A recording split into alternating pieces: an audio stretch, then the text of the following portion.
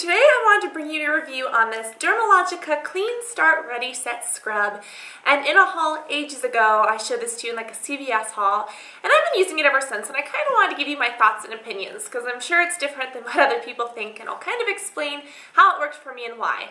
And of course everyone's skin is different, so if you've had an experience with this, whether it's positive or negative, be sure to post it in the comments, or better yet, film a video response to share with everybody. It's called the Ready Set Scrub, and I originally bought it thinking it was like a scrub, but it's kind of like a mask and a scrub, and I'm really big on both masks and scrubs.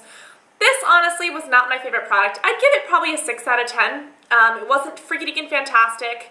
Alone, I'd give it like a 4 out of 10. With other products, 6 out of 10. With the right products, it could be an 8 out of 10 just because it'll work better with what you use with it. And what it is that it's basically salicylic acid, and it's kind of like in a mask form. It kind of comes out kind of like a clay, kind of like that. Kind of comes out kind of like a clayey texture, and it's kind of like a thick paste that you're supposed to put on cleansed skin. Not wet, just cleansed. You leave it on there, it doesn't ever really dry. It's not going to get dry or get tight. It just kind of sits on there, and theoretically the salicylic acid is going to help. Once you've done that for 5 to 10 minutes, then you want to go wash it out with not hot, but warm water. And it's supposed to scrub off any of the dead stuff. Theoretically, it's a great idea, but how does it actually work? It works well, except for the fact that I don't think it has the right ingredients, at least for my skin. When you put the mask on, I kind of wish that it would dry a little bit, or it would kind of penetrate deeper, but the idea is that the salicylic acid will kind of take the clog off the top of those pores.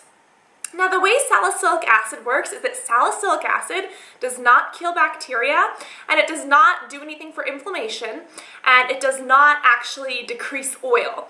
All it does is kind of help to get rid of that little plug at the very top. So you're still going to have bacteria, you're still going to have oil, and you're still going to have like a pimple in there, but it helps to remove the top to help that pimple get out. In addition to that, it kind of sits on there, so it kind of helps to break that down.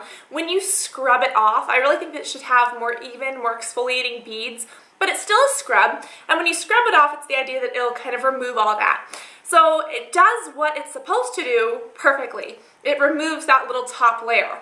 Problem is, for actual acne, it doesn't go in there, it doesn't kill the bacteria, it doesn't remove the oil or anything like that.